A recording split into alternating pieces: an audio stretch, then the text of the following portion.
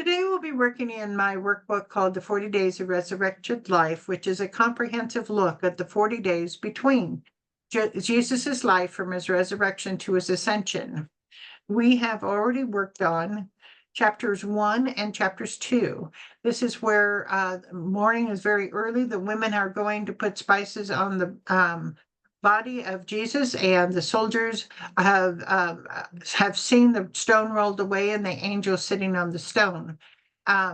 They leave to tell the chief priests. The ladies come and find the stone rolled away and talk to the angels inside the tomb, three of the women. And then when the angels say, go back and tell the brethren that Jesus is alive, as they come walking back to find the brethren, they see Jesus in actual form, which they're able to touch. Meanwhile, the fourth lady, when she saw the stone rolled away, had immediately gone back to where John and Peter were to tell them that Jesus's body was taken. So they come back, and how everybody's pathways are not crossed, we don't know. But they come back to the tomb, and Peter and John, and they look in and notice also that the body is missing. And so they're going to come back to where the disciples are. Mary Magdalene stays for a little bit in the near the tomb. This is in chapter 2. And she then meets Jesus, who she thinks first was the gardener. Then later, when he says her name, she realizes it's Jesus. So Jesus has appeared now to three women and has appeared to Mary Magdalene as well. That's the only appearances we have right now, is 4 people who saw the risen Jesus. Now we're going to chapter 3, on the road to Emmaus. Luke 24, 13 to 35. Now that same day, 2 of them were going to a village called Emmaus, about 7 miles from Jerusalem. Right. How people walk these mileage, I have no idea. I know. The same day. What day is it? Monday. Yeah, Sunday. The same day he's risen from the grave. Oh, it's Sunday, not Monday? Yeah, not Monday. It's still Sunday. Oh, it's still Sunday. Yeah, okay. It's still Sunday. Okay. Find the word to Emmaus, and that's on the very left side of your map. And circle that, draw a line from the road from the fortress to Antonio towards Emmaus. This is the road that our story takes place on. And an example of the road, a picture of the real road is shown on your picture down below. And find the upper room. This is where most of the disciples are. How many disciples were traveling to Emmaus? 2. How far is Emmaus from Jerusalem? 7 miles. And then also find traditional Golgotha and circle it. This is where Jesus was crucified. It's on the road to Emmaus, but just outside. Yeah. They were talking with each other about everything that had happened. As they talked and discussed these things with each other, Jesus himself came up and walked along with them, but they were kept from recognizing him. They were talking about everything that had happened. What exactly had happened? Jesus dying on the cross. Right. Jesus dying on the cross. We don't know how far their story comes at this point. We will know later in the story how much they know. But they certainly are talking about Jesus on the cross for sure. Who came up and walked with them? Jesus. Did they recognize him? No.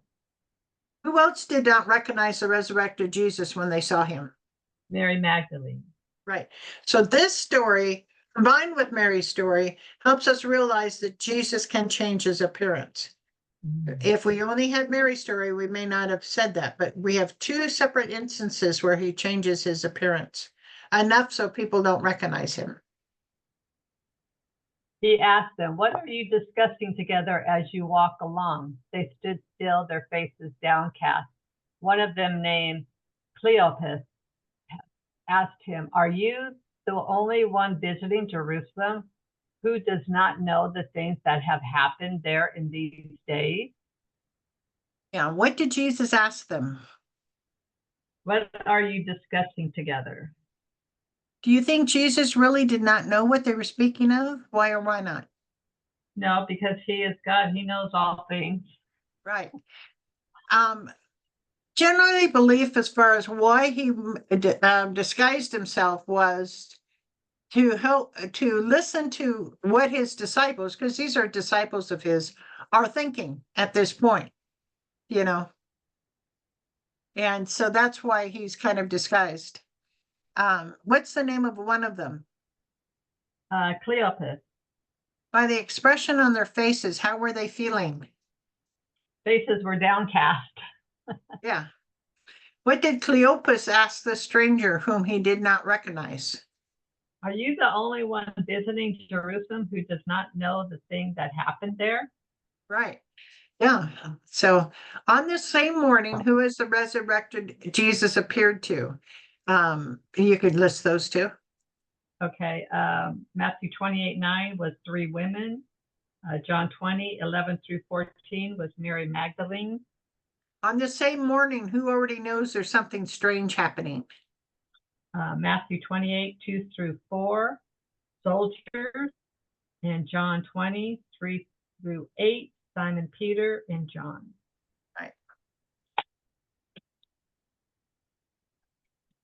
What things, he asked, about Jesus of Nazareth? They replied, he was a prophet, powerful in word and deed before God and all the people. The chief priests and our rulers handed him over to be sentenced to death, and they crucified him. But we had hoped that he was the one who was going to redeem Israel. And what is more, it is the third day since all this took place. Which then also verifies it's still Sunday. Remember, they count from sunset to sunset, and they count each half day as a full day. Jesus asked what things? Obviously, he knew what happened. So why did he ask this question? Probably to see what they would say. Right. To see where they are. A lot of times his questions gave him an idea of how they are thinking. Cleopas replied by saying, go ahead and fill that out. Okay, about Jesus of Nazareth. He was a prophet, powerful in word and deed before God and all the people. Why had Cleopas said that the hope was about Jesus? He was the one who was going to redeem Israel. With the prophecies of the coming Messiah, all of Israel had focused on the king part and ignored the sacrifice part of the prophecies. They saw the Messiah as one who could come and take over the governing of Israel away from Rome. It's the third day since what took place? Jesus was crucified. Right. In addition, some of our women amazed us. They went to the tomb early this morning, but didn't find his body. They came and told us that they had seen a vision of angels who said he was alive. Then some of our companions went to the tomb and found it just as the women had said, that they did not see Jesus. So this scripture helps us place this event on Resurrection Sunday morning. So they were there when the women came back, and they were there when Peter and John came back. Don't necessarily say anything about Mary Magdalene. That may not be an issue one way or the other. Interesting, though, they do not say that the women actually said they saw Jesus either. So that's kind of an interesting concept too. But we now can place this in time. What was the first event of this morning that these two men tell Jesus about? The women went to the tomb and no body, and they had seen a vision of angels who said he was alive. Then what was the second event of this morning that these two men told about? Peter and John went to the tomb and found no body. Right. What would the women have told the disciples in the upper room that these men don't tell Jesus about? That they saw Jesus. Why do you think they did not include this part of the events when they were talking to the stranger that they did not know was Jesus? They probably wouldn't believe it. Right. Women were often considered mass hysteria and all this stuff. And so, they just couldn't take any credit into that. He said to them, how foolish you are and how slow to believe all that the prophets have spoken. Did not the Messiah have to suffer these things and then enter his glory? And beginning with Moses and all the prophets, he explained to them what was said in all the scriptures concerning himself. Yeah. As they approached the village to which they were going, Jesus continued on as if he were going further, but they urged him strongly, "Stay with us, for it is nearly evening. The day is almost over." So he went in to stay with them. So what village were they going to? Emmaus, Emmaus, yeah. What did they urge Jesus to do? stay with us, Why did they urge Jesus to stay? because it's nearly evening. Did they know yet that the stranger was Jesus? No, Why, with all the discussion between them, did the men still not know it was Jesus? they didn't think he was alive. Right. And, they didn't recognize him right away either.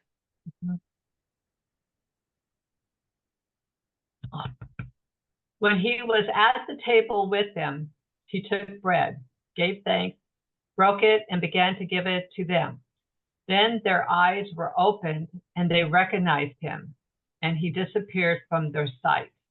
They asked each other, "Were not our hearts burning within us while he talked with us on the road and opened the scriptures to us?" When Jesus sat down at the table with them, what did he do? Took bread and gave thanks and gave it to them. As soon as they recognized him, what happened to Jesus? He disappeared from their sight. In this story, we see two characteristics of Jesus's glorified body. He can change how people see him, and he can appear and disappear. We also think that our glorified body will be able to appear and disappear too, so no need for vehicles. Once they realized that the stranger they walked with to Emmaus was Jesus, what was their reaction? Were not our hearts burning within us while he talked with us on the road and opened the scripture to us? Right. We are burning with hope. We're burning with excitement because he's explaining the scriptures. It's helping us maybe to understand what might have happened, but we're not sure. But oh my gosh, this is so interesting. All that he's telling us and revealing to us from our scriptures that we didn't hear from the Jews and the Pharisees. When they got up and returned at once to Jerusalem, there they found the 11 and those with them assembled together and saying, "It is true, the Lord has risen and has appeared to Simon." Then the two told what had happened on the way and how Jesus was recognized by them when he broke the bread. So they walk 7 miles to Emmaus. They get there in early evening and time for supper. They are so excited. They walk the 7 miles back to Jerusalem that evening just to talk to the disciples. That's pretty exciting. Yeah. Then they found the 11. We know the one that's missing is Judas Iscariot. He's hung himself. And then they say, "It's true. We saw the risen Jesus, the risen Lord." Now they add something here that we have not heard, and we don't know who they hear it from. But they're saying that Jesus also appeared to Simon, who's Simon Peter. And that we never have that story of how he saw Simon Peter. But that adds another person to the mix of who's actually seen the risen Lord. Where did the two men return to? Jerusalem, How far is the city from Emmaus again? 7 miles, And what time of day is it? nearly evening. It's late evening by now because they got to Emmaus near evening and had dinner, and now it's pretty late evening now.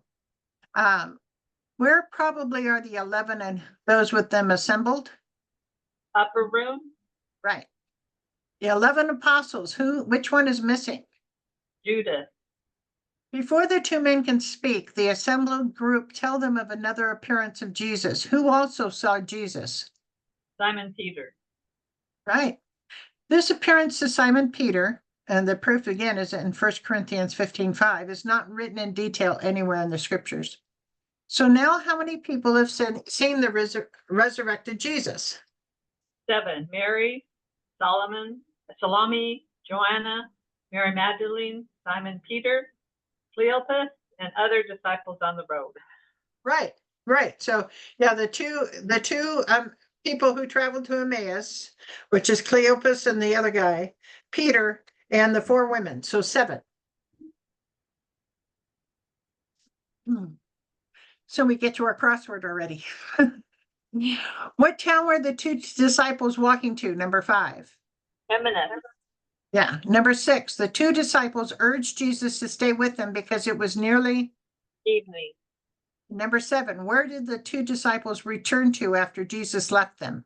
Jerusalem, 1 down, who started walking with the 2 disciples?